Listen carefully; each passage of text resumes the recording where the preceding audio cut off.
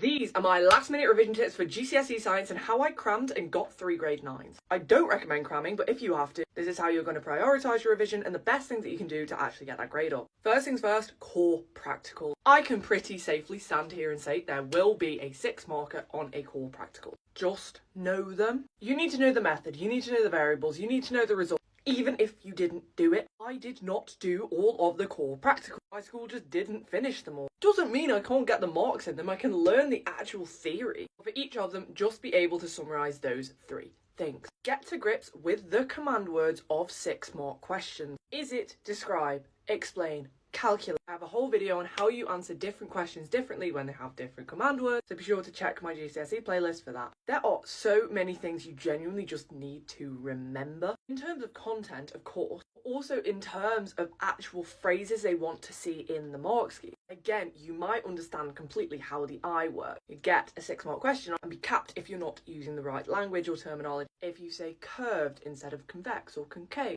you will have a mark taken away from you. So you need to have that specific terminology and know that language. I genuinely think the best way to do that is by using flashcards. If you don't have flashcards, just go on Quizlet or Anki and find someone else's and use them. And do this even if you have your own flashcard, just because you might find a gap in your own knowledge from someone else's flashcard. And this can be very helpful. Understand how to do calculations and why you're doing them, particularly for physics and chemistry. Chemistry, you're almost definitely going to get some questions on moles, titration. In physics, in the hardest questions, they usually tie 2 different equations together. I'll give you some numbers and you're like, hold on, this doesn't plug into any of the equations that I've remembered. You've got to put it through one, get the output from that, and then put it into another. And understanding what these are and why they work is very, very important to get those top marks. Use YouTube for understanding. There are some topics that if you just don't understand it, you cannot get the mark. Identify your weakest areas and go and watch YouTube videos on them. Make notes in a way that makes sense to you. Have specific flashcards for formulas and processes you just keep forgetting. Go over them again and again and again